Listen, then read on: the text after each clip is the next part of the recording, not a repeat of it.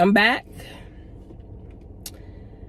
This is my review for The Real Housewives of Atlanta, Season 15, Episode 2. So, the episode, starts back off where it left off. Martell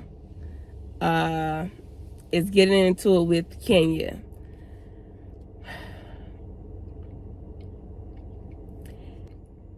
I guess in the past, Sheree said if something is going on with her man, she would want to know. But she wants all of the facts with it. So, Kenya tells Sheree, Martell DM'd me at least 6 months ago. Martell denies it. Instead of him saying, I have DM'd her in the past, but, it was a friendly DM, nothing serious. He denies it. You DM'd her. So why wouldn't you just admit it? I feel like Martell took it to another level that it didn't have to go to. If he was just honest,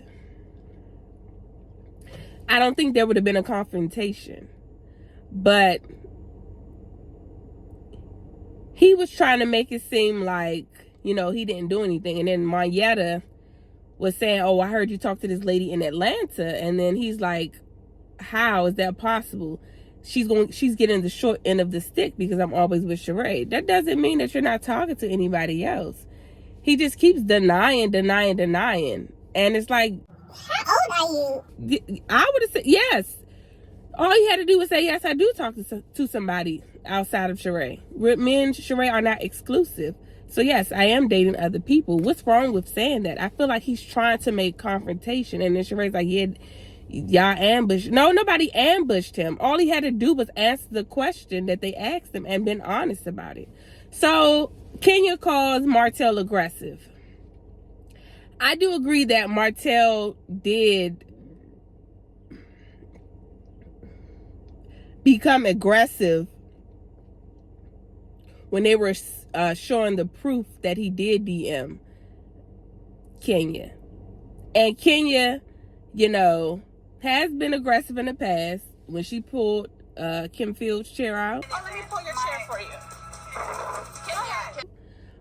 you. When she was front pedaling towards the lady at Pillow Talk. No. I'm not back pedaling. Okay, so what is this? Is front pedaling. She has her times where she's been aggressive, but she said that she has apologized. And I know later on in the episode, Sheree is like, stop labeling black men aggressive. Look, let me just say this. If the person is aggressive, they're aggressive. I don't care what color they are. Was Ross being aggressive when they went to dinner last year? Don't with my wife. Yes, because to Kenya's point, she had nobody else there with her. Had she had another man with her, would Ross have stood up and said the same thing? And then he stood up as well. Me personally, it becomes even more aggressive when you don't stay in your seat. Or that's when Kenya was front pedaling. Kenya, you cannot front pedal. You cannot charge nobody like that. And don't think the person's going to be on defense. So she does understand what aggressive is because she's been aggressive. So was Ross being aggressive, standing up saying, don't come for his wife? Sonya could speak for herself. If Sonya can't speak for herself, then this is not the show for Sonya. And I like Sonya. I think Sonya is a very decent, nice lady. But I don't think Sonya is a good fit for the show because I don't feel like Sonya... I feel like Sonya wants to be the friend to everybody. And she doesn't want to be in confrontation with anybody.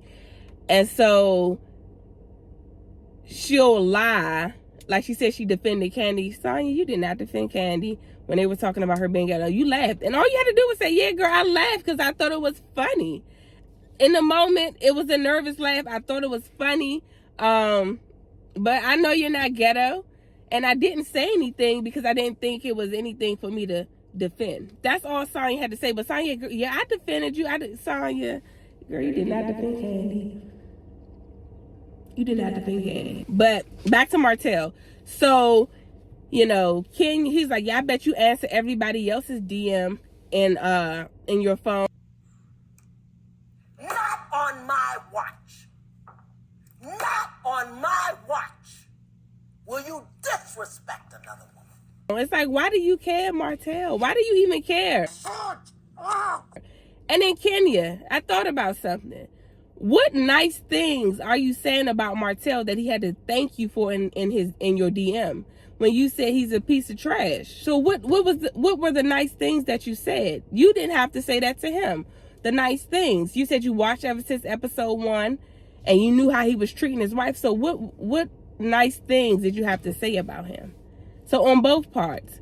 And I believe he did DM her 6 months ago, and he tried to delete it like a kid, like a child. And then Sheree's like, y'all trying to create a narrative. No, Sheree, nobody's trying to create a narrative. He's lying. He's lying. Maybe that wasn't a good moment to bring it up. Maybe wrong place, wrong time.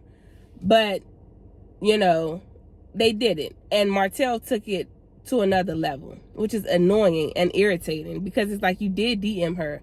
Why won't you just tell the truth? It's proof. Like, there is proof that you did. Oh, I did DM you, but it don't matter. 2 years ago, if I was trying to sleep with you, that doesn't matter anymore. Well, you shouldn't have been trying to sleep with her too. Weren't you married 2 years ago? I don't know. And Sheree was like defending him and everything, and it's like, he's like, yeah, I'm a king too. Martell, be quiet. Be quiet. Please go back to Huntsville.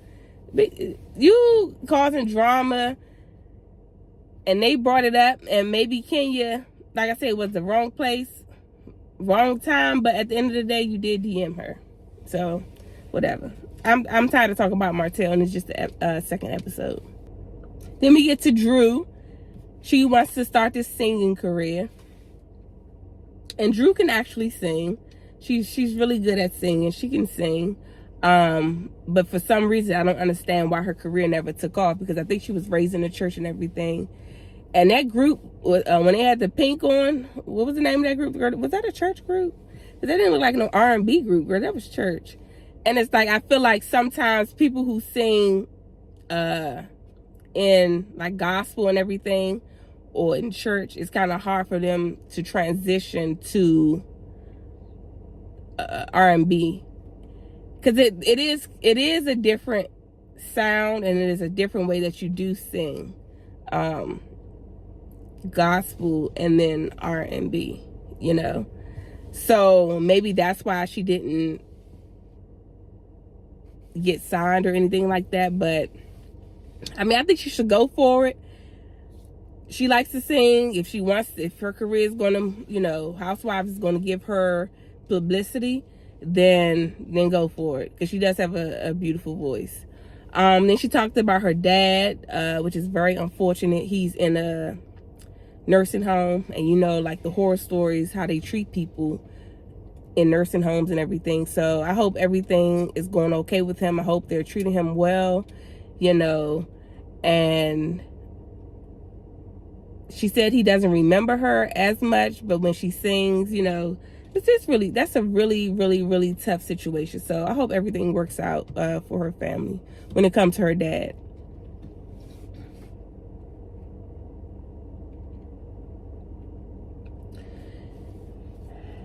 Then we get to Sonya and this overcrowded house. Okay, Sonya, everybody but Sonya wants to go. The sister wants to leave. The mother wants to go back to Florida. Ross doesn't want to be there either. So it's just like, I believe, and Sonya was like, you know, I'm thinking that it's good that we all be together, and we can have like a, I guess she's trying to keep it in the family and make everybody have a job, make money, but all together. And I don't think her family wants to do that. I honestly believe that her family moved in with her so that she can secure her spot on the show. I honestly believe that. And now, you know, they're tired of it. You know, it's just, they don't live in a mansion. I'm pretty sure the house is probably big, but I don't think they live in a mansion. So it's probably overcrowded. 3 kids, 2 husbands, 2 wives. It'd be different if it was just, I think, Sonya and her sister. I think it wouldn't be as crowded, but then when you add the husbands and the grandfather, yeah, it's kind of crowded. So Sonya, you know, that's not a good storyline. So then we get to Blaze, and this is Candy's restaurant, and she talks about how the pandemic kind of caused, you know, low sales in her restaurant, people not coming to eat there and everything. And I'm thinking, is that true, Candy? Are you sure it's not because of the it's not because of the shooting that happened there? Are you sure? And I didn't understand, honestly, why Candy didn't want to talk about it. I believe Candy knew she was probably filming that day. I don't understand why she invited her cousin there if she didn't want to talk about the situation. I don't think Melvin should have been there.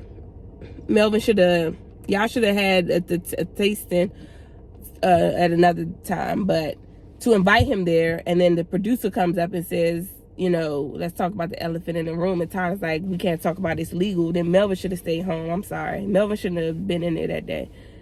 Because you know a producer is going to want to produce a moment. So him being there, you know, didn't make any sense to me. When they knew, when Candy, this is not Candy's first rodeo. Candy know how it works. Candy girl, you should have told Melvin to stay home. You should have brought another chef, or let Philip taste the food, somebody else, or bring in somebody else from Candy and the gang to taste the food. But Melvin, I didn't see what was wrong with asking the question, you know, what happened. I didn't see anything wrong with it. And Todd's like, oh, it's illegal, it's legal. Todd, be quiet. You should have told Melvin to stay home too. But how you doing, Melvin? How you doing? Hope he's okay.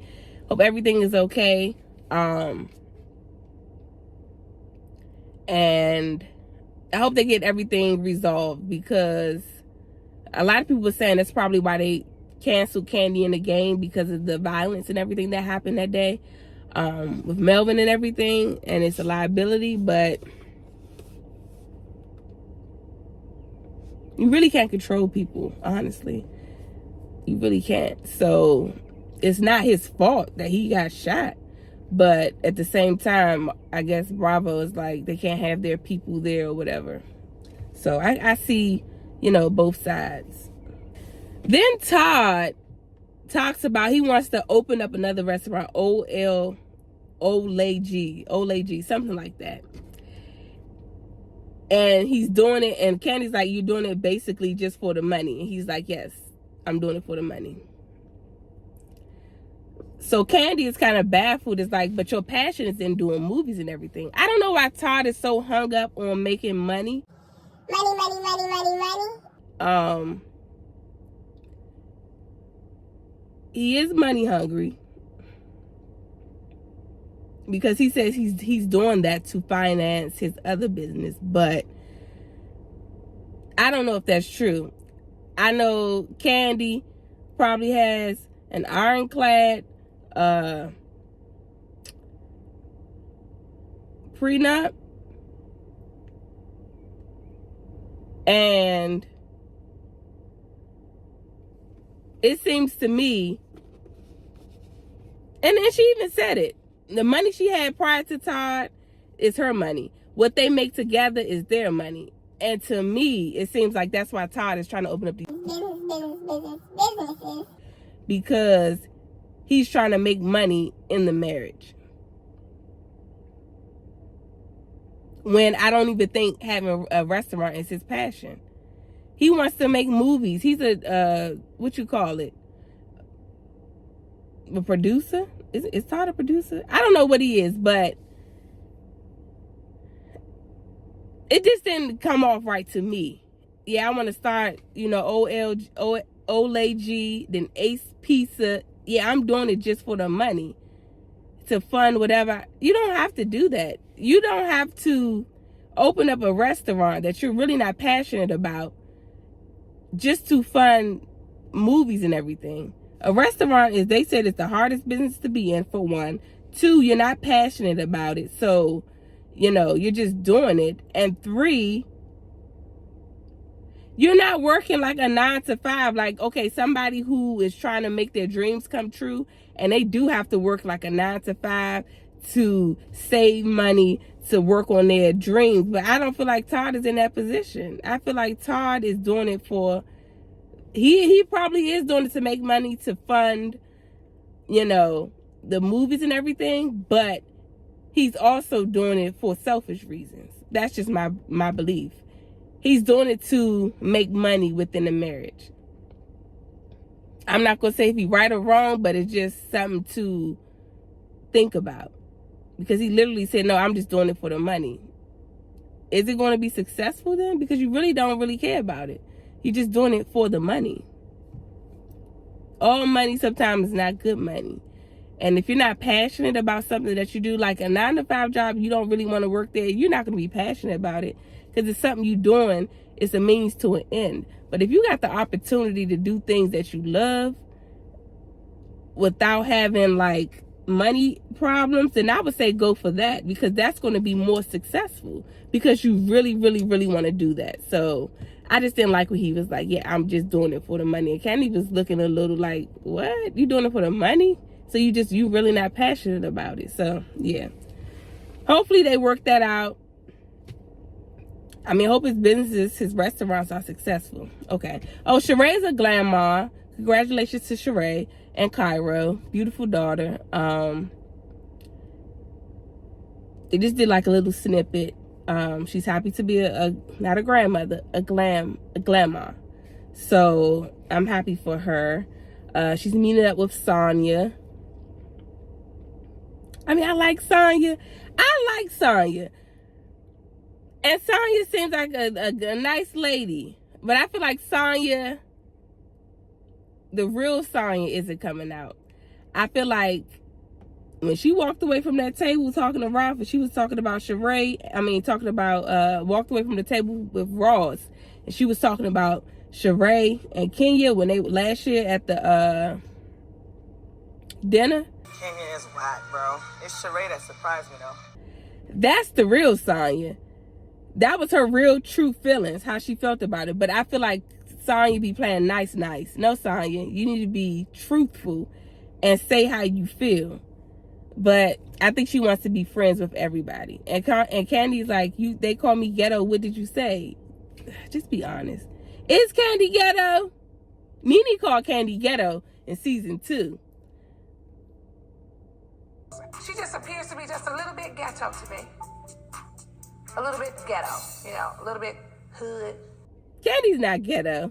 Just because the people that went to Tropical were ghetto doesn't make Candy ghetto. I'm not going to say Candy's ghetto. Is Candy down to earth? She's down to earth, okay? I won't call her ghetto, though. I don't think Candy is ghetto.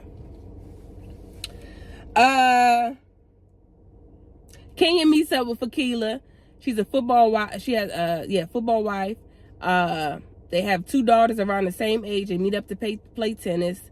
And then they're talking about, the incident that happened with Martell and Kenya. Then Kenya, she's talking about, she said, I envy the relationship that you have with your husband. And let me tell you something. Everybody who's listening.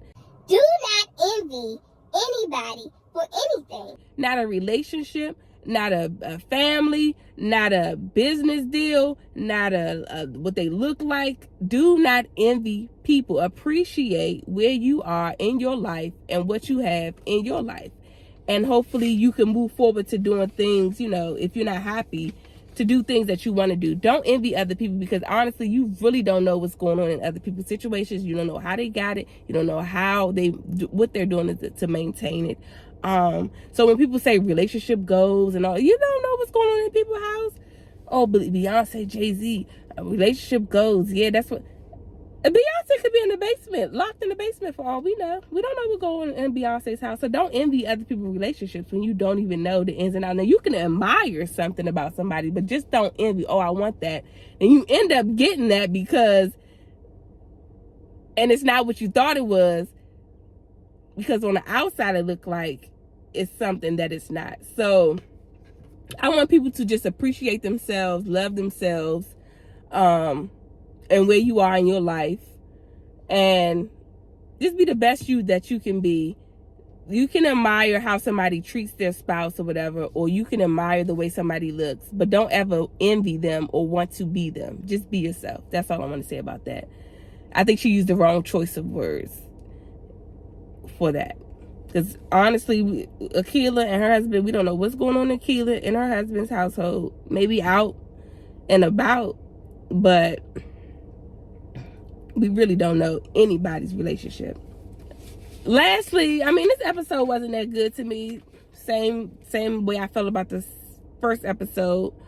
Sheree and Kenya talking about aggressive. I don't see anything wrong with using the word aggressive if the person is in fact being aggressive. When the word aggressive was being used for Wendy, that was not Wendy being aggressive. When they didn't use it for Robin, Robin was being aggressive. Ross, no matter if Sonya agrees with it or not, was being aggressive because he stood up and then he directly talked to Kenya. And like Kenya said, she didn't have a man there with her. Ross was out of line. Ross should have stayed in his seat. If Sonya wanted to sit there, and they were double teaming Sonya.